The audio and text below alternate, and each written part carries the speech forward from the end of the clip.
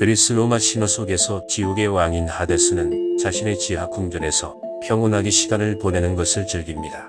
일반적으로 지상에 나오거나 올림포스에 올라가는 일이 없었죠. 그가 지하 세계를 벗어나 나들이를 나선 것은 딱 2번이었습니다. 첫 번째는 데메테르의 딸 페르세포네를 납치하려고 위시온 평원에 나타난 때였고요. 그리고 두 번째는 헤라클레스의 공격을 받은 포세이돈의 쌍둥이 아들 페리클리메노스와 넬레우스를 돕기 위해 필로스로 간 것이었습니다. 그 전투에서 하데스는 헤라클레스의 화살에 어깨를 맞아 부상을 입었죠. 그래서 하데스는 올림포스로 가서 신들의 의사인 파에온에게 상처를 치료받았습니다. 더케이아 생화 채널에 오신 것을 환영합니다. 오늘 우리는 고대 그리스에서 치유의 상징으로 여겨진 작약에 대해 이야기를 나눠보려 합니다.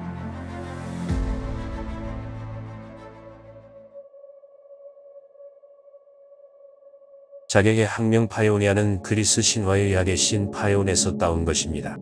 이는 작약의 뿌리가 하데스 같은 신들을 치료하는 데 사용되었다는 전설과 관련이 있는데요. 실제로 현재에도 백작약의 뿌리는 쌍화탕의 주재료로 널리 사용되고 있습니다. 강력한 생명력을 가진 작약의 뿌리는 다른 식물들과는 다르게 잎이 빠르게 말라가는 모습을 보이는데요. 이는 모든 생명력을 뿌리에 집중시키기 위한 작약만의 독특한 전략이라고 볼 수 있습니다.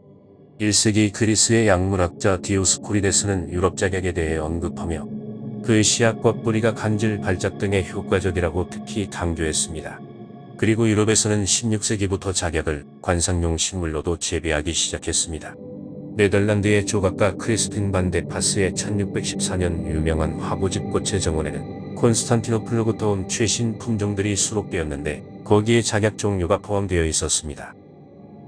고대 그리스와 중세 유럽의 작약 이야기를 통해서 미술적인 가치와 치유의 기능을 동시에 가진 작약에 대해 설명드렸습니다.